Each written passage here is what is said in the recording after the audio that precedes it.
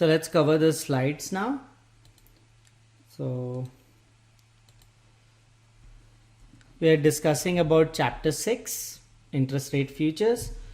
So first of all, we discussed about day conventions. So the period of time to which the interest rate applies, the period of time used to calculate accrued interest. It is relevant when instrument is bought or sold.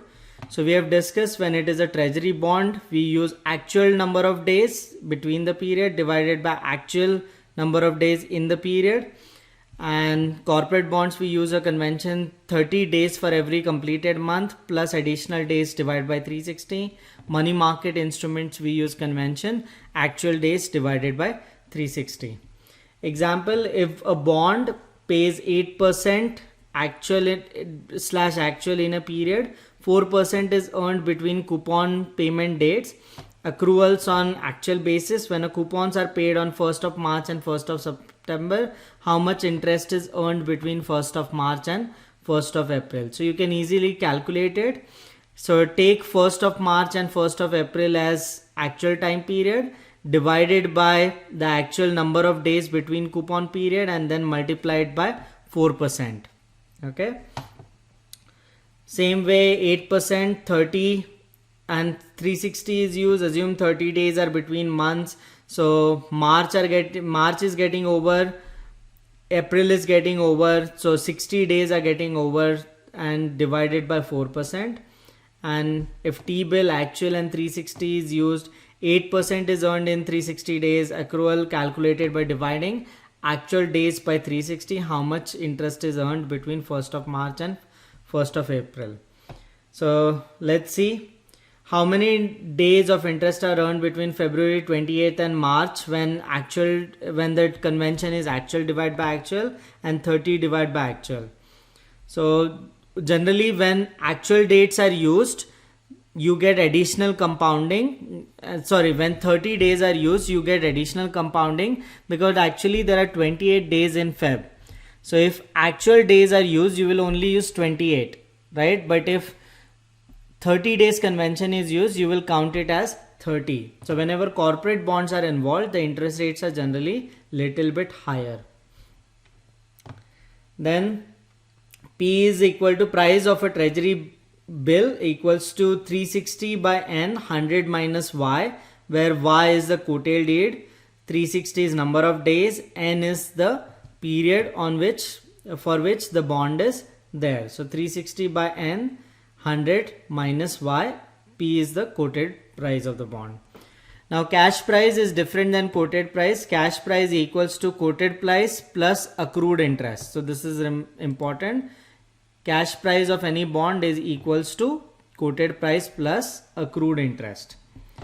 Cash price received by a party with short position. So once again, you have to remember, the long pays the price, short receives the price. So whatever price the short receives is settled. We have discussed this. Settlement price, most recent settlement price into conversion factor, because when you are shorting any bond, you get conversion rights. You can deliver whichever bond you want between the options that exchange has given you. So settlement price into conversion factor plus the accrued interest is what you're going to get.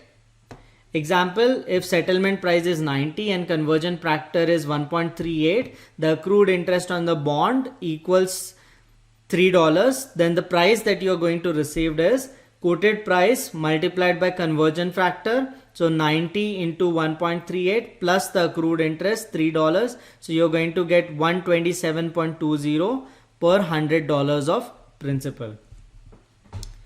The conversion factor for a bond is approximately equal to value of the bond on assumption that yield curve is flat at 6% with semi-annual compounding. So the conversion factor for the bond is approximately equal to value of the bond so conversion factor is calculated based on 6% compounding. You don't have to calculate it, but you have to remember that how does the conversion factor arrive? Conversion factor is arrived by using 6% compounding.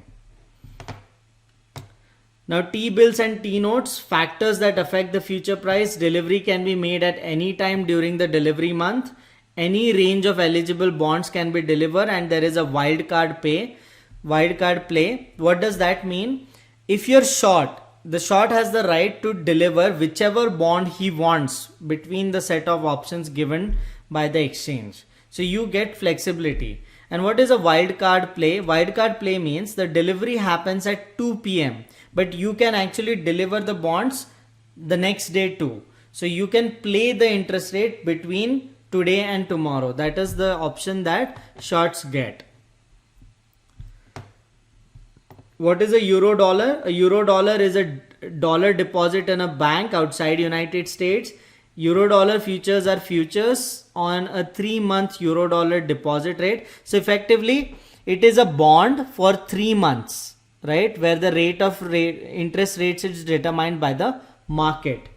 One contract is on $1 million. So the contract size is 1 million. So 1 basis point change, that is $0.01 change in price, will result in $25 of profit and loss. So you get profit and loss of $25 for every $0.01 change in price. Euro dollar futures are settled in cash. When it expires, generally on the 3rd Wednesday of a delivery month, the settlement price is 100 minus the actual 3-month rate. Example, this could be the quoted expiry for different euro dollars. 1st November, the quote is 97.12, 97.23, etc. etc. Suppose you take a long position in a contract on 1st November. So you're going long here, 97.12. The contract expires on 21. So 97.42. So the contract has gone up. How much it has gone up? It has gone up by 0.30. Right? It has gone up from 97.12 to 97.42. So as a long, you will make money. You will profit.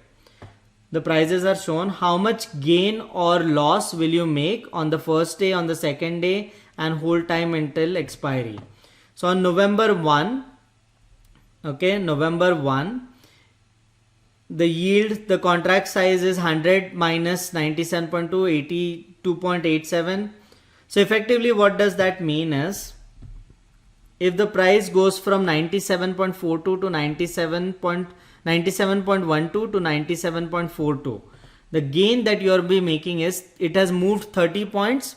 So 0.30 into 10 into 100. So 30 points it has moved, multiplied by $25. So you will be making $750. So how to calculate that? We used an Excel sheet for that.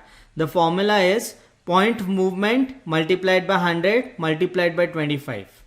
So you will be making $750. So the contract value for a euro dollar future is 10,000 into 100 minus 0.25 into 100 minus quoted yield. Q is percentage yield that you are going to get. This corresponds to $25 per basis point rule. So the point that you have to remember is, every 1 basis point movement, that is 0.01 movement, you get $25. Euro dollars futures contract lasts long as 10 years. For euro dollars future lasting beyond 2 years, we cannot assume the forward rate equals future rate. So we have discussed forward rates and future rates are different. There are 2 reasons why they are different. Future rate is settled daily, where forward is settled only once. Future is settled at the beginning of the underlying 3 months period, and FRA is settled at the end of the period. So difference is daily settlement, and euro dollars are settled at the beginning. FRAs are generally settled at the end.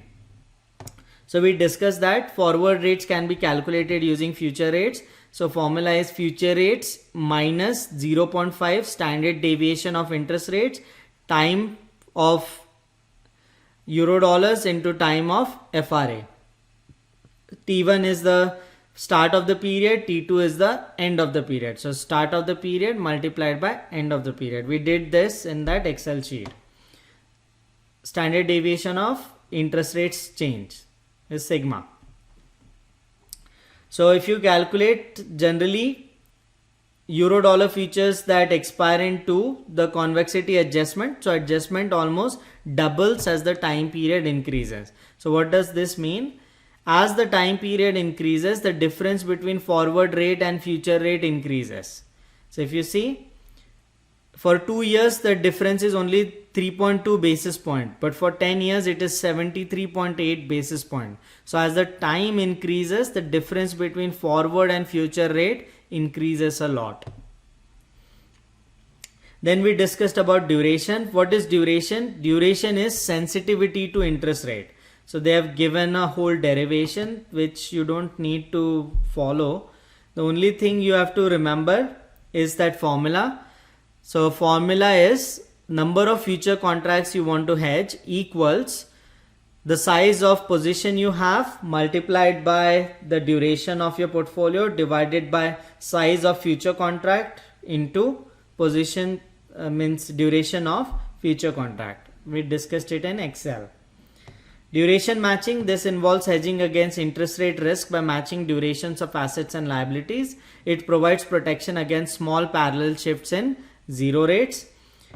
One contract locks in interest rate on 1 million for 3 months period. How many contracts are necessary to lock in one interest rate on a 1 million for a future 6-month period? So this is what you have to remember.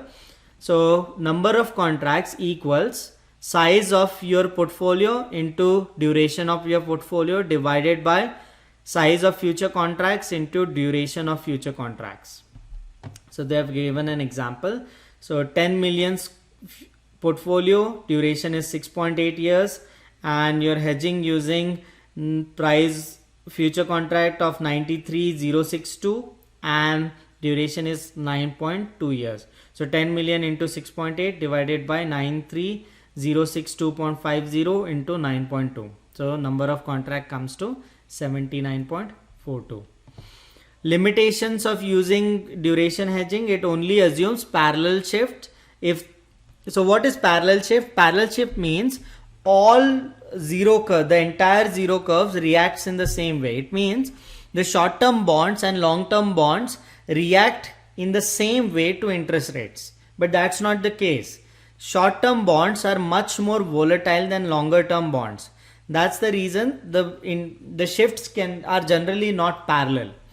So it assumes only parallel shifts in yield curve. It assumes that the yield curve changes are small. When T bonds is used, assume there is no change in the cheapest to deliver rate. There is more sophisticated approach used by financial institutions to hedge interest rate. It involves bucketing the zero curve. There is no details given in the book, so we'll leave at that. And hedging exposure to situation where interest rates corresponding to one bucket change and all other rates remain same. So the thing that you have to remember is when you are hedging a bond portfolio, you are only hedging against parallel movement. So you are assuming that all interest rates will move, all bonds will move in the same way when the interest rates change. But that's not the case. Some bonds are more volatile, some bonds are less volatile.